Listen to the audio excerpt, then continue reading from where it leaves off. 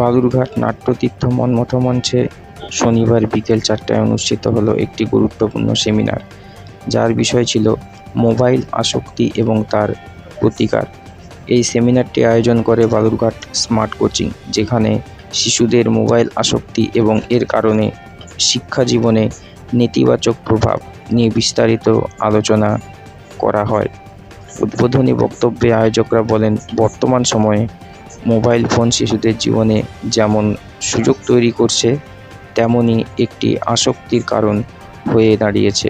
এর ফলে পড়াশোনায় মনোযোগের অভাব এবং মানসিক চাপ বাড়ছে। এই সেমিনারের মূল উদ্দেশ্য অভিভাবকদের সচেতন করা এবং সমস্যার সমাধান খুঁজে বের করা। সেমিনারে বিশেষ বক্তা হিসেবে উপস্থিত ছিলেন কলকাতার বিশিষ্ট পরামর্শদাতা এবং মনোবিদ সৈকত ব্যানার্জি। তিনি মোবাইল আসক্তির শারীরিক ও মানসিক প্রভাব নিয়ে বিস্তারিত আলোচনা করেন এবং অভিভাবকদের জন্য কার্যকরী পরামর্শ প্রদান করেন।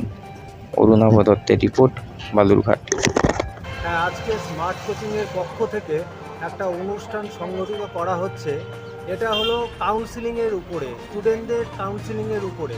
এখন স্টুডেন্টরা মোবাইলে আসক্তির মধ্যে চলে যাচ্ছে, ঠিকমতো পড়াশোনা করছে না এবং প্রতিভা থাকা সত্ত্বেও তারা ঠিকমতো বিকশিত হচ্ছে না।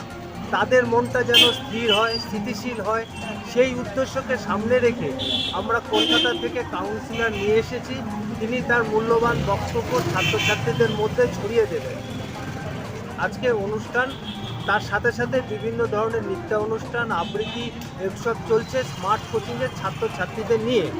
আজকে বিকেল 4টে থেকে শুরু হয়েছে, বেশ 3-4 ঘন্টা ব্যাপী অনুষ্ঠান চলবে।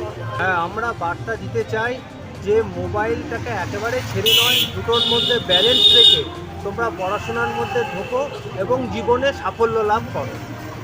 আমি পার্থসারথী গুণ, স্মার্ট কোচিংয়ের সাথে আমি ওতপ্রোতভাবে জড়িত।